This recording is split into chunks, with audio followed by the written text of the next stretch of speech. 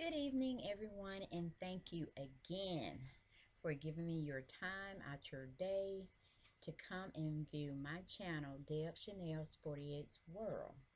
Today, we will be reviewing The Housewives of Atlanta, Season 8, Episode 16, and the title is Turning Over a New Peach. Okay, let's get right on into it. The verse, the first scene of today was Candy and Todd and Mama Joyce going to see Dr. Jackie at her OBGYN clinic and just checking on, it was like a checkup for Candy, probably the last one she was going to have prior to delivering. So they go up on in there and act like a little happy old family, having a good time, checking on the babies that come. Little Ace Wells Tucker, which I found that kind of odd since she loved Todd so much and this was going to be his first son. I thought she would have made him a junior. So I don't know what came with that idea. But anyway, Mama Joyce is there and Dr. Jackie came in all flowery. I'm like, wait a minute now. When they taped this was in the winter time. So I don't know what kind of fashion idea she's coming out with. But, like I said, it was a springtime look, summerish look. So I was here for it. I don't think it was weather appropriate, but hey, when you got it like that, I guess you can wear dresses like that all year round. I ain't mad at her. And then I'm beginning to think, out of all the pediatricians in the state of Georgia, was that Dr. Jackie the only obstetricianist available? I mean, I don't know. Is it something like a script being written in that when you're having marital problems, you go see the old white guy that Nene was seeing when she was going through her divorce from Greg and all this mess, and or Phaedra brought in a new person, a law attorney, Jewish law attorney, Ronnie. But then when you were having problems with what is it? What I'm trying to say? I don't know. It just seems like one sitcom, a reality show went off air for hiatus for a minute, and then they have to find other avenues of revenue streams. So that what they like, well, let's go get Dr. Jackie and let her be Candace's obstetricianist, and then she can be probably the pediatrician until they can find one. I mean, I don't know because hmm I don't know. That's just weird because I would think Candy would have already followed on who she was gonna have for her GYN or obstetricianist, as well as who she's gonna follow up having you know them be a doctor, because they were doing some counseling stuff, and on Married to Medicine, what is it? The Quad husband was a counselor. Then he came over to their show, which is the Housewives of Atlanta, when she was needing counseling for herself and her boys to determine whether or not they should be taken to the prison to see um, Apollo, which was a no-brainer. You know what I'm saying? I don't know what was wrong with age, but we'll get on her later. And she was also Quad's husband's girlfriend in some time in the past. So whatever. But I was just trying to make a connection there to, can't they just pick their own medical personnel people that they want to go? I mean, or is everybody contracted to get extra coins on the side? Just my theory. But anyway, everybody's there, and Dr. Jackie checked her out. She said everything's fine, sounds fine.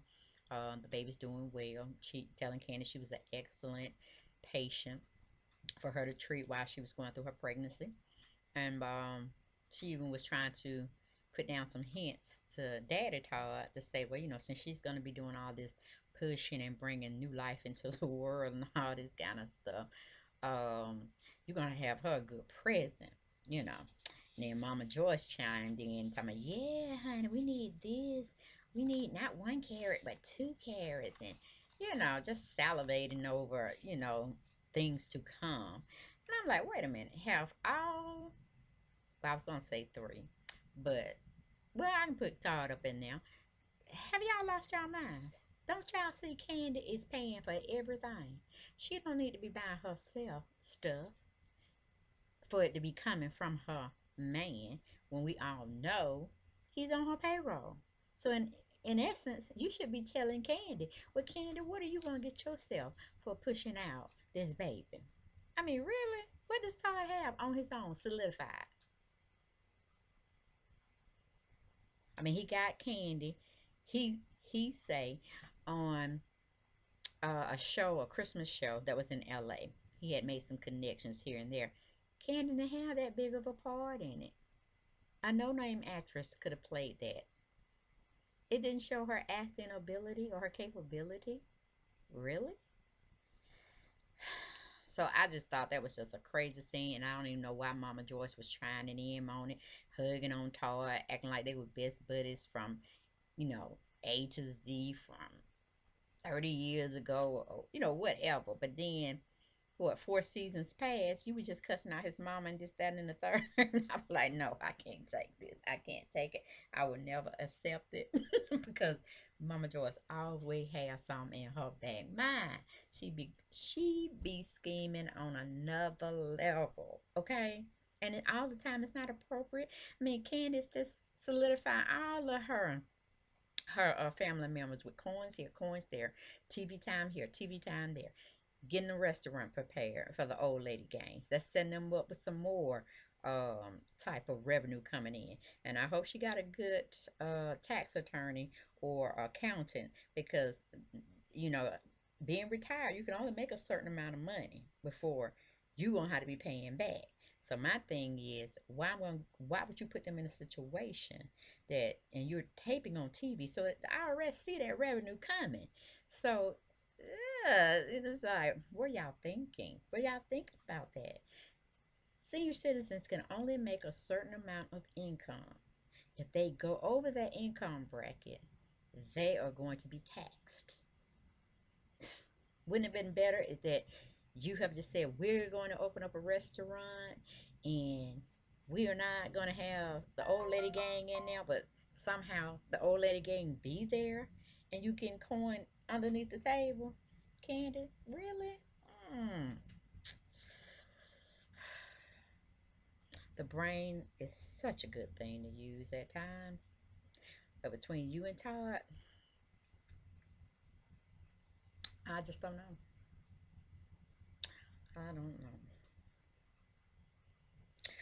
Woo! Okay, just flew all over you. I guess that just flew all over you. But anyway,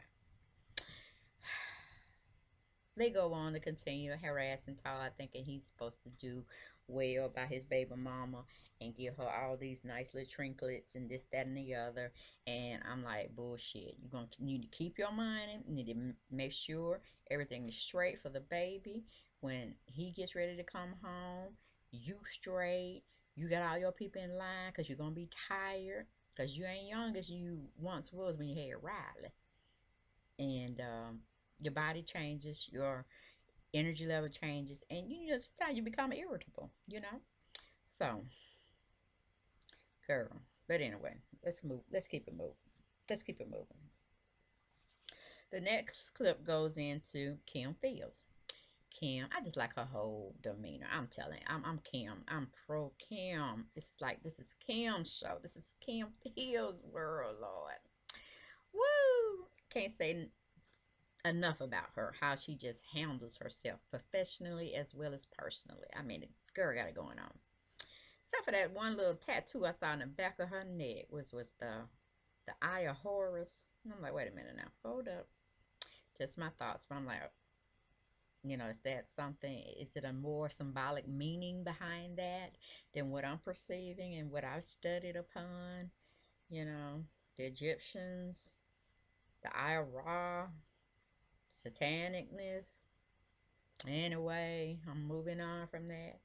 Just thought I'd drop that little edification in case anybody think a little higher than me. But anyway, um, she's sitting on the porch having her little kumbaya meditating moment, getting in, being one with nature.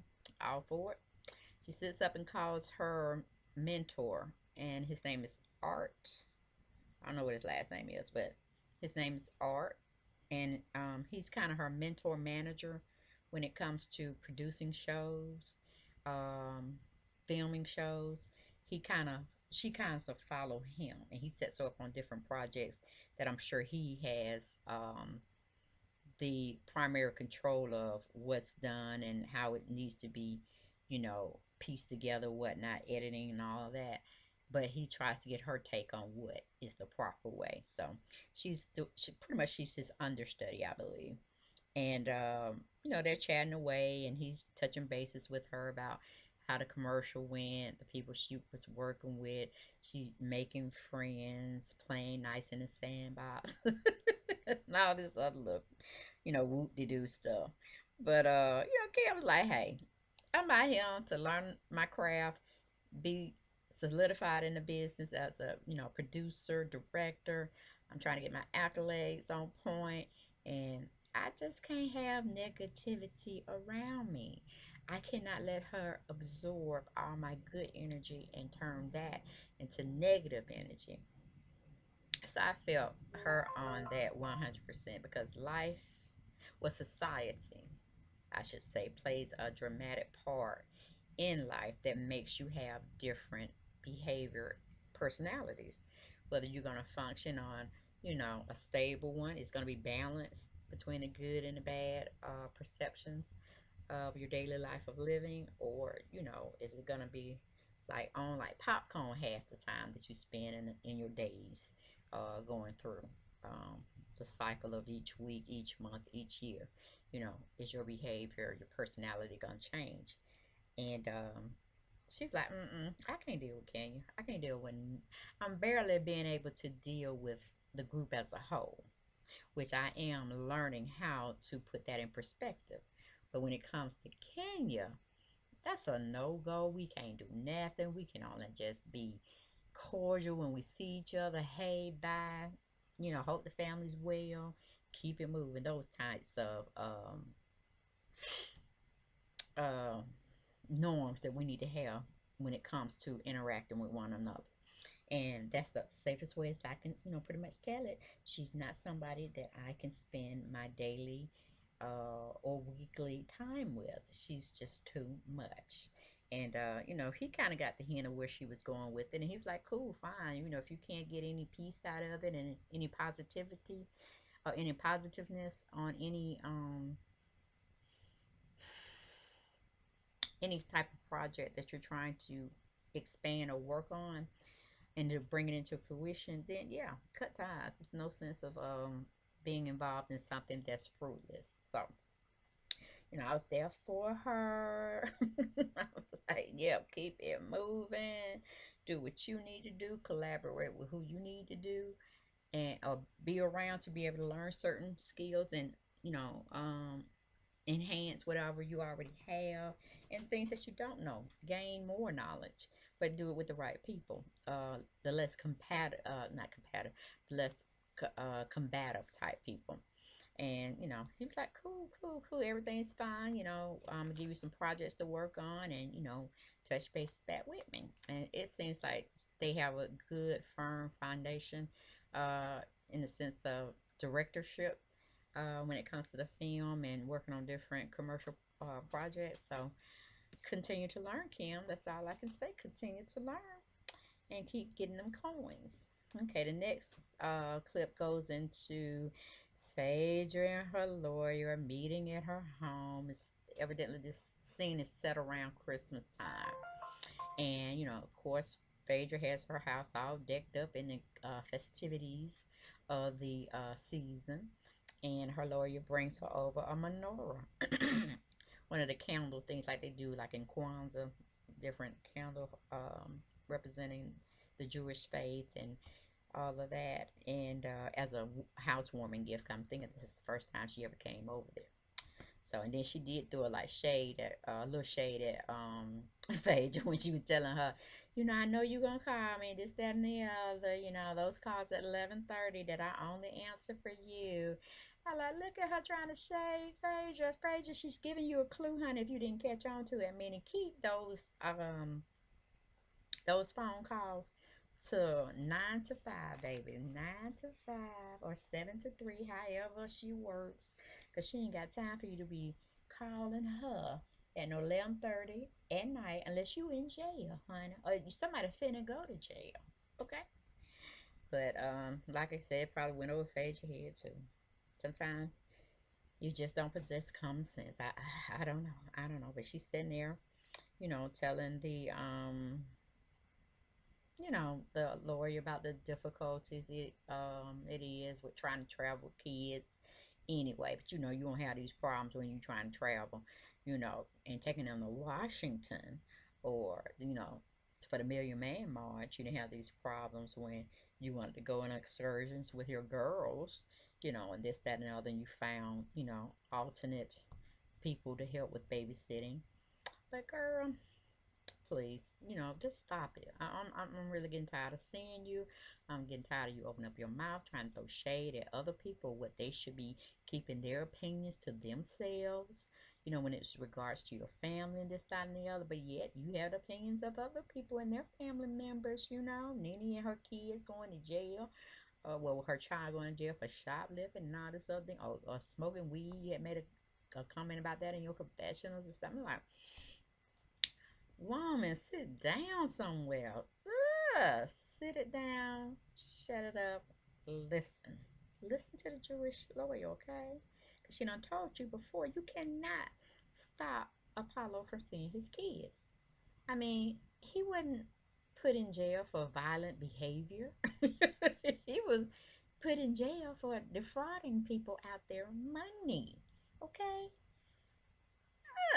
They tried to make us believe on several seasons ago that she was leaning to the fact or perceiving to the fact that Apollo may have gotten a little rough with her, meaning some domestic stuff was going on, abuse. And I was like, Faye, just sit your butt down. Ain't nobody gonna believe that mess. Ain't nobody gonna believe all that. Anything you was scaring him. But anyway, she goes on to tell her the little bits and pieces about Apollo getting transferred from Kentucky to New Jersey, and that was a good thing because she didn't like the Kentucky facility and what it had to offer, children coming up to see, their loved one in jail. And I'm like, well, how do you know? Did you ever go up to Kentucky? Did you ever make a trip to Kentucky? But I can see I'm right here with Phaedra. I'm right here now because that's the scenes progressed on throughout the segment. I could see why she was trying to take her little bisty butt up there and see Apollo. It wasn't for them kids. It wasn't. But as we go along, we'll get to that point. You'll see where I'm coming from with my attitude on her. But anyway, she was telling Ronnie the bits and pieces and things she's gonna have to go through. And, Ronnie just said, just something you have to do, but I'm glad you're doing it. And, just talk to him about the divorce and this, that, and forth, and, get whatever you're gonna do. So we're moving on down the road. The section comes in with, let me commercial future. Oh, and after that part with what do you call it? With Kenya, not Kenya, Phaedra talking to the lawyer. We had some clips being shown about the commercial and future clips that's coming up in the next episode, meaning next week. The next clip goes into Kenya and Matt are at her new house, and they're checking on the development and where everything has come from her last construction workers working on her house, getting it together. And they were showing clips of where it was at one time to where it is now. And Aunt Lori comes and get her little 15 minutes of fame in this episode, which I'm still trying to figure out why Phaedra even got her own payroll or giving her any significance. But then I had to think that, yeah, okay, Aunt Laura is the only thing she has a family nature here in Atlanta other than Aunt Lori's daughter, which is King's cousin.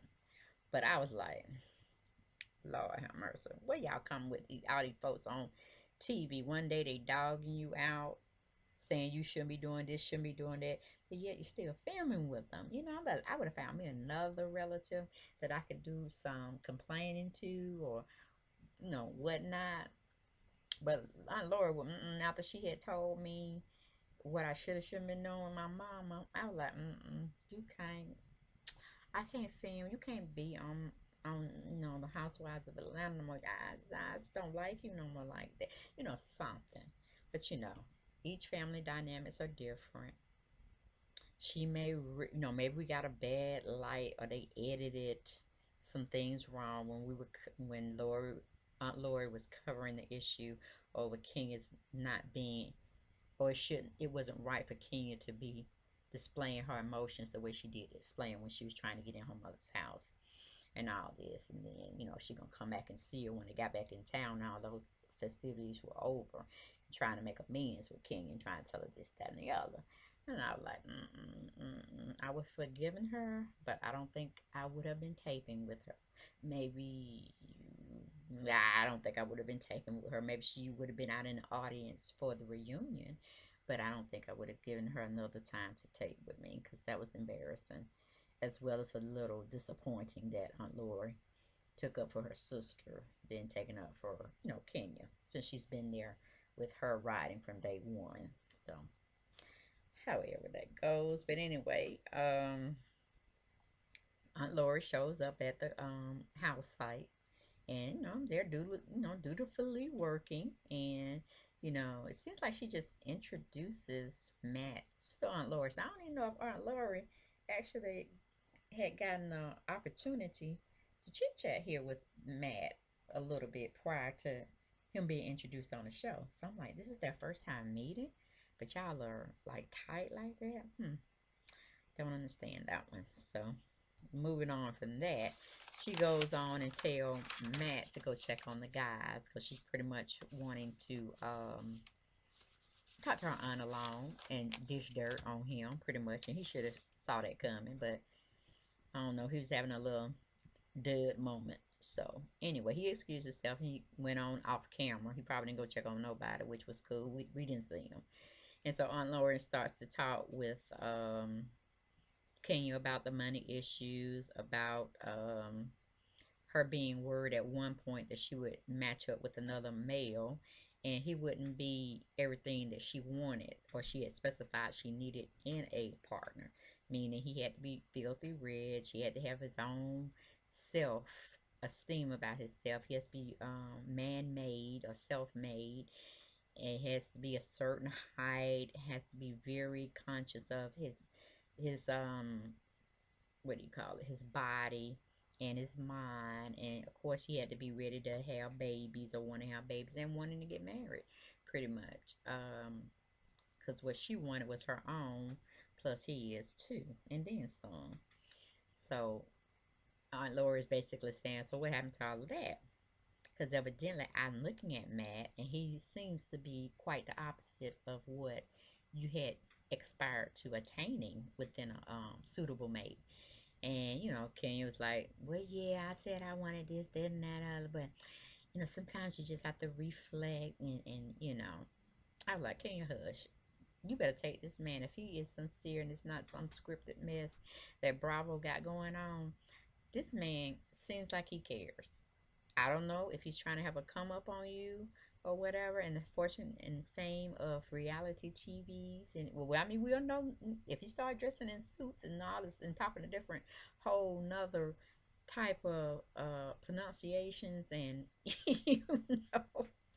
then we know, well, yeah, maybe he's trying to do a come up on your behind. But I mean, he seems to be saying all the right things that you wanted a man to tell you, and he's ready to settle down, and he's 28, but he's ready to settle down. I'm like, what was he doing far as, okay, he was in the Navy, he got that military background, then he's, focusing on keeping his body tight, and I'm pretty sure his mind right. And okay, I said blue collar worker, blue collar worker, okay, all right. I'm cool with it if you cool with it, but don't try to change the man and put him in a suit and tie and think he's ready for the boardroom, okay? That's all I'm saying. But you know, I think Aunt Lori was kind of disappointed too because she was looking out for that caviar type of stud you were gonna will in, but no. Sometimes opposites attract. You have money, you have fame, fortune. Okay, cool. So you're gonna have to settle. I wouldn't say settle, but you're gonna have to look deeper. And this man, it seems that he wants to be that shoulder you can cry on and that person you can depend on and lean on, that only death would separate you all. He seems like once he gets married, that's it. He'll get now. And he's there for the whole 9 yards. But I'm just hoping that it's not something that's orchestrated and set up on your part, as Walter was and the other probably fellas you had brought on the show. But I wish you well in those endeavors, and I hope it really does turn out great for you both. Then it moves on to a scene where Portia's sister comes out to her house to bring some lingerie for her to approve of. She says she was surprised, but that could have been staged too. But anyway, she comes and she lets her sister in, Lauren, and they get to talking about, their trip that they recently were on and this, that, and the other. And she was like, "Oh yeah, Oliver surprised me and da da da." I'm like, "Oh, that wasn't a surprise, boo. You had told him to come. And the only thing he had to do was tell you yes or no or a possible strong maybe. That was it. It wasn't like, oh, my baby Portia is in what you call I ain't talked to. I'm finna go down now and surprising. And that's a surprise. But when you ask somebody to join you, on your last couple of days on the island or whatever, that's you've already requested his presence. You're just waiting for him to say uh yay or nay, pretty much. So I'm like, get out of here, sister. But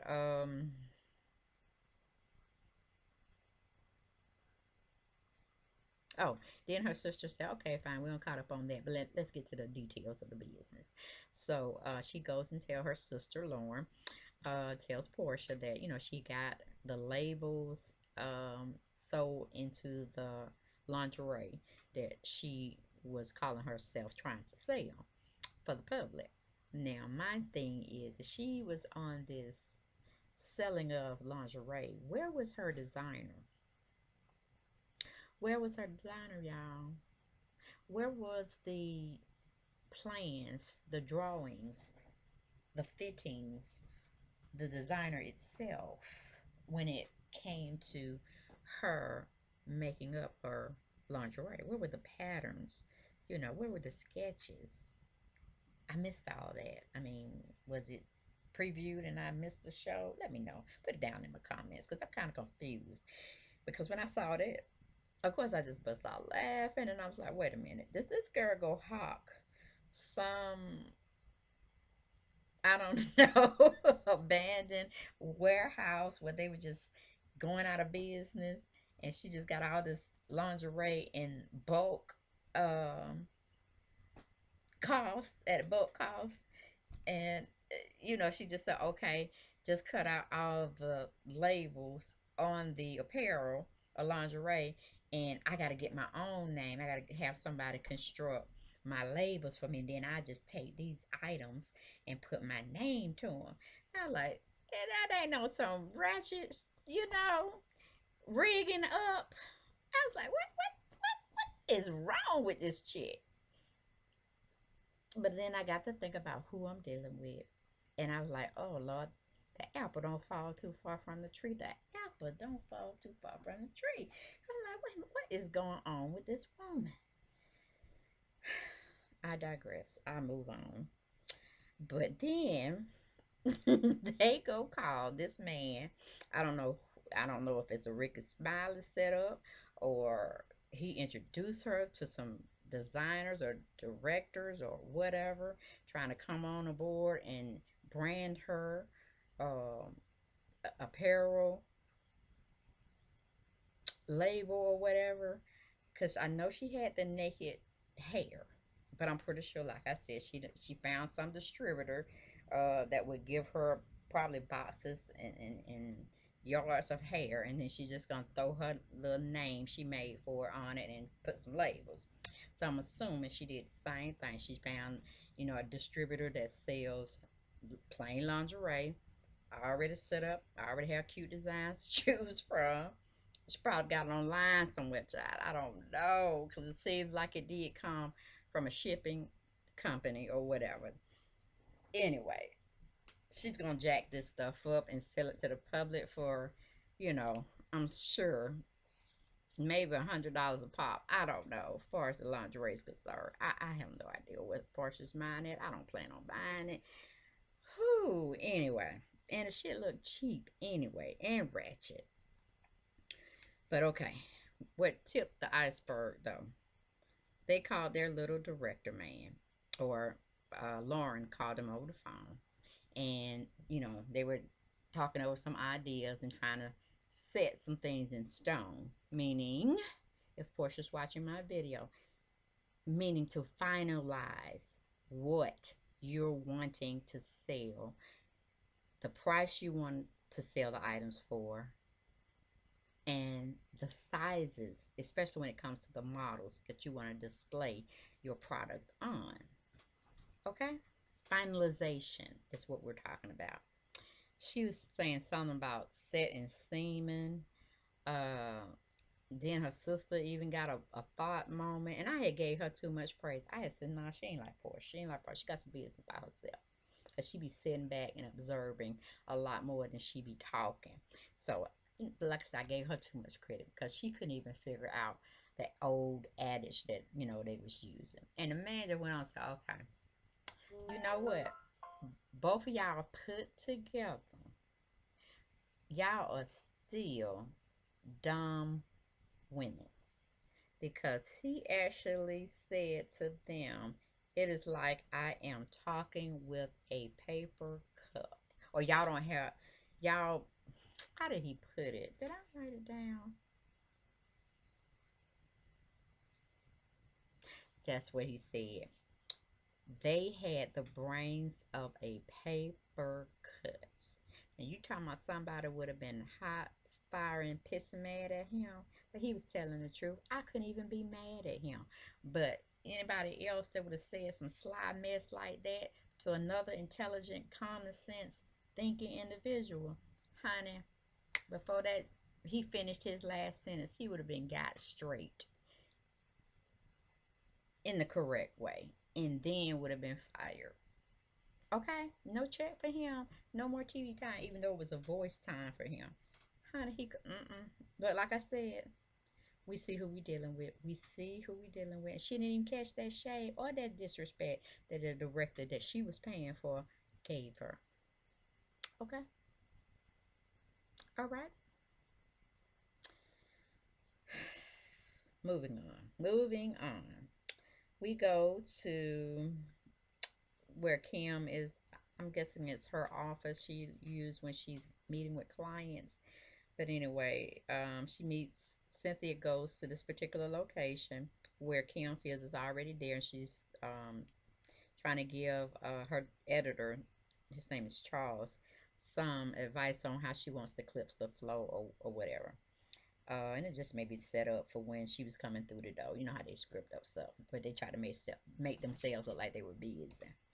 So she pretty much told, trying to catch up with Cynthia and everything. She sees the clips going and she likes everything that she, really thinks she's seeing. But, she's excuses, or did she excuse him? Yeah, because she heard and then she just told him, it was just a moment where her and Kim were talking. Cynthia and Kim was going back and forth. And she was telling her she loved what she saw, this, that, and the other. And then she got on a personal note trying to ask Kim how she felt about all the things that had transpired and went down in Jamaica. Not the commercial itself, but just all the other little rigmarole that was going on, stuff that wasn't necessarily needed to have been said or happened, but it did. And she was just telling her, kudos for being you and who you are, and taking the high road. And is it anything that she feel that would be a positive for her and her and Kenya being able to foster some type of relationship, or how is that transpiring? And she was like, "No, honey, I ain't talked to her. I don't plan on talking to her. We can just still exist to see each other when that time frame comes. But other than that, we ain't got nothing else to say. We ain't got nothing else to say on it. So Cynthia knew to take her um, cue well because she started talking about it, and then they were talking about the doing a voiceover because Cynthia she just be all over the place. She say this one time, then she'll go back and backpedal and say this. Like Kim Fields can't do everything. Everybody need to have their place. She made the video do this, that, and the other. Then you get somebody else to do some little stuff. So, make it all cute, come together. But anyway, she just think Kim can do everything. So I'm like, hey, just keep charging her on her bill, honey. If she wants you to do this in the third, do a voiceover, make it sound a little bit more sexier. Keep getting her coin because she dumb enough to give it out. Don't want to think for herself, but I guess you live and you learn. Live and you learn. Then we go on back to Phaedra is showing up at Candy's house. And she's bringing her little baby present, of course. And they're just they're getting in the living room area. She's getting her something to drink, this, that, and the other. They're trying to catch up on different things. Phaedra spilling tea, saying how Nene has come back in, and she's trying to get her place back where she once was, and all the happenings that had went on in Jamaica, and how she's trying to buddy back up with Sheree, and everybody just had a lovely time, this, that, and the other. And Candy was like, wait a minute, hold up. You mean Sheree is trying to let Nene come back in and get her a place on the platform again, and everything's all cool? She's fine with how Nene had treated her, and she's gonna give her a second chance to get back in the clique. Oh my goodness, she crazy. That's pretty much how she was going on with it and stuff. And you could tell Paige was just trying to buy in on all of it so she can go back and gossip about it maybe next episode. But she really wasn't feeling Candy, but it just she felt like she needed to reach back out so people won't be thinking she's being shady by not going to visit Candy prior to her delivering and this, that, and the other. And you know she pretty much hadn't gotten over, you could tell, the incident that happened with her and Portia and Don Juan and Carmen, and I forget the other girl, Shamika, I think her name is, for kind of like gaining up on her and forcing her to pay a debt that she already knew she had. And she should have just cut the check and been done with it. But I mean, she's just doing some shady stuff still. And it was that was pretty much his boring scene because you can tell it was forced communication that they had to tape because they really needed someone to tape with, because anybody want to see Candy and them talking about the baby no more. That's all over with. So, and then no really sparks really fly anyway when it came to just them discussing the ins and the outs and stuff. So that was a boring scene. And we're moving on. Then we go to Portia and Cynthia are getting into a photo shoot together, something that Lauren, her assistant sister, had put together. And Lauren was right. She didn't have to be there. She had put everything together. She didn't have to watch grown people to do what they were born to do, or they had trained to do when it comes to modeling lingerie wear and all that stuff. And she didn't know how to put on no makeup. And that was, she already had the makeup artist there to fix her and other models makeup. And Cynthia, she know how to do it all because she once was a model, still a model, know how to do hair, makeup. She the woman in three different hats. What do you call it? Hat wearing person. So she's, yes, honey. She called Cynthia. She was one old model had said something that we have people to do that. Well, evidently they ain't doing it, or we need to stay on the time frame schedule. So Cynthia was trying to do what she trying to do to help her friend out.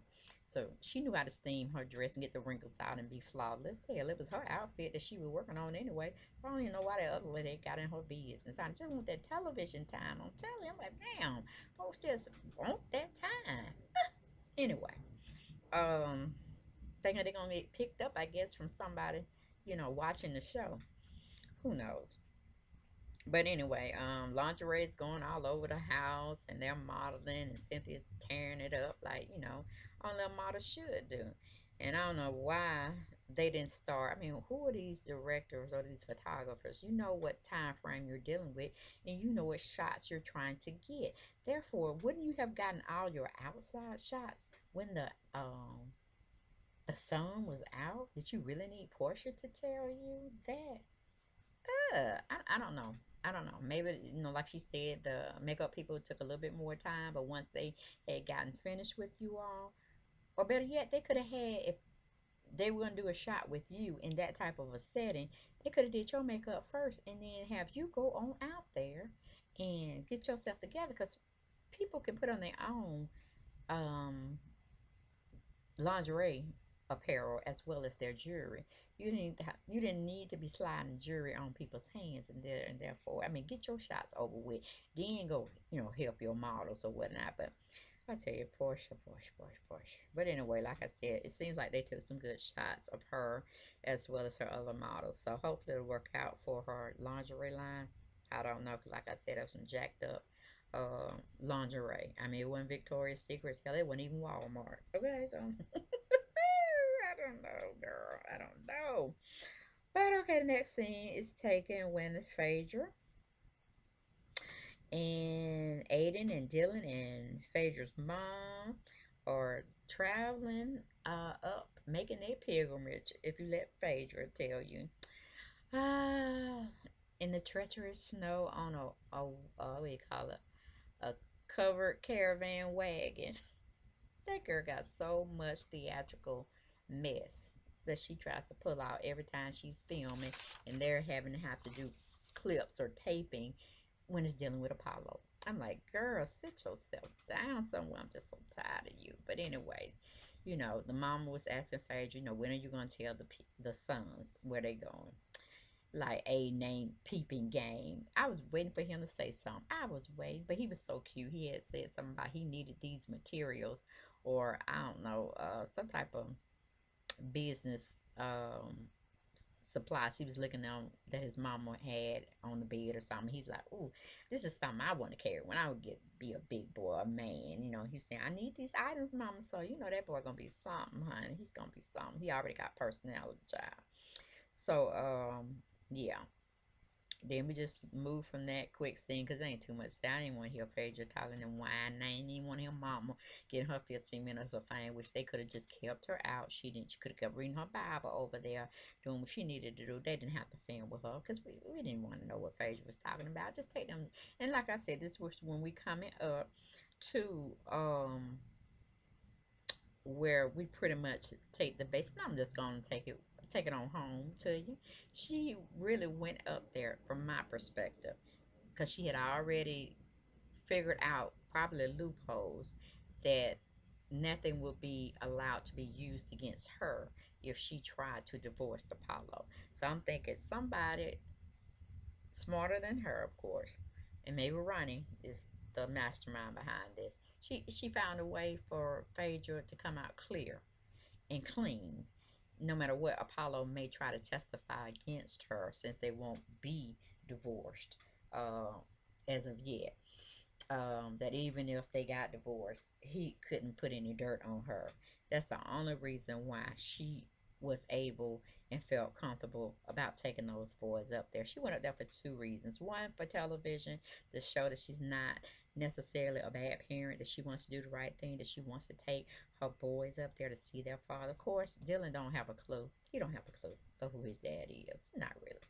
But Aiden had a little bit more time with him, and he do know who his dad is, and he loves his dad, and you could tell he loved his dad. And of course, they couldn't show cameras in the correction center, some legal right or whatnot, so we didn't see any of that action or footage. And but Phaedra just went up there to ask Apollo for a divorce and have him sign papers. That, I feel, in my mind and heart, that's the only reason why she went up there. If she wouldn't didn't find no loophole to get rid of that joker, she would have still been crying, talking about, I can't take my babies. I don't want my babies to see their dad in jail. She would have been singing that song and dance all over again. However, um, like I said, she had to find some type of loophole. And, she went up there playing that mess. And, Aiden had, when he got back to the car, telling his grandma, what had happened. And he had saw his dad. And he said his daddy head was shit. It was funny. He had a mohawk. I was like, Lord have mercy. And of course, Dylan, I'm sick of Dylan. I'm like, just take him off camera, He ain't doing nobody no good. Just take him off camera because everybody already had a speculation. That's not Apollo's child. That's Mr. Chocolate's child and all this other stuff. And the third, just keep showing Aiden, honey. Keep showing Aiden. Keep showing Aiden. But anyway, and she was disappointed because I guess she thought that Apollo, which I understand why she thought that. But anyway, um, that he was going to agree to a divorce. No, he's not going to do that. I'm sure he's checking out to see what Phaedra done and all of this to make her want to, seek a divorce. Talking about she ready to be married again. Who gonna marry you, baby? Who gonna marry you? Unless you've been having an affair all along. Maybe with Dylan's dad. That's who you want to date. Because I'm telling you, honey, you put him on this camera, you're going to get scrutinized. Because we're going to figure that one out. Especially if he looked like Dylan. And he's the shade of Dylan. You know what I'm saying? So I don't know if you're ready for that phase. You really better need to slow your roll a little bit more. But, you know, he didn't sign the papers. He probably telling her get out. Don't come back. Have somebody else bring me my kids or whatever. Or at least my child, Aiden. Because I don't know what you're talking about. I don't know what you're talking about. Okay? Because we ain't finna do this. If we do it, I'm going to sing like a whistle. I'm going to sing like a canary. And it's going to be on like popcorn, baby. So, all of that to just wrap up to say, you know, Phaedra needs to sit her ass down. Really. She really just needs to sit her behind down. Instead of traipsing after another man and trying to, marry these kids off, to someone else. I'm like, get out of here. Get out of here. You just disgust me. You discussed me last episode. You're discussing me this episode. So enough of her. Be gone. So the clip before that particular clip, it was Kenya and Matt. They was eating at a restaurant, some sushi hibachi type place, and Kenya had her little thought moment because Kenya's always on point. She know what tools to use in a restaurant and what they're for, and just that and the for. She's just like she's kind of downplay herself, thumbing herself down to kind of match the I wouldn't say IQ level, but the intelligent level side of her young man, her young suitor. Like he may not be well versed in the ways of etiquette and knowing certain things and this and the other. So she's trying to make like she don't know too much, just to kind of make him fit in, or making him seem like he's the head of stuff. So I think she needs to watch that because you don't need to thumb down yourself to be with somebody who you feel, because it seemed like it showed me that she felt he was beneath her and she was just upgrading him. So if she don't watch that, he's gonna catch on and he's gonna leave you. Okay? Because a man shouldn't be made to feel lesser than what he's already being made to feel in society today by being just a black man. So can you watch yourself, girl? Watch yourself. But that is all I have for this episode of Atlanta Housewives of Atlanta, turning over a new peach, turning another lease on life, I guess you would say. This was episode 16, season 8. So I hope you enjoyed it. I enjoyed bringing it to you with some laughter and some little pun comments. So stay tuned for next week when we take another stab, but we'll be looking at episode 17. I think that's really the season finale. So I'm sure it's gonna be some good tea turned around there. I can't wait. I can't wait, honey. I can't wait.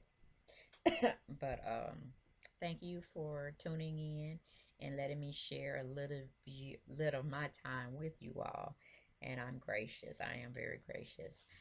My subscription, or not subscription, subscribers are moving up. I'm very pleased at the rate that it is growing since I've been have established myself on my birthday of this year, which was in January. So gracious for my supporters. I'm glad you gravitated to my site, some at my request. And I appreciate that. It's showing that I am creating a following, that people actually like my content, and I'm glad. And with the comments that are being left, I can improve. Definitely can improve. Just keep it constructive to where you know I can learn something from whatever you're trying to let me know through your comments, so I can better myself and keep bringing you material to view from a different perspective. But y'all have a good night. Stay blessed, stay vigilant, and always stay encouraged. Thank you. Bye bye.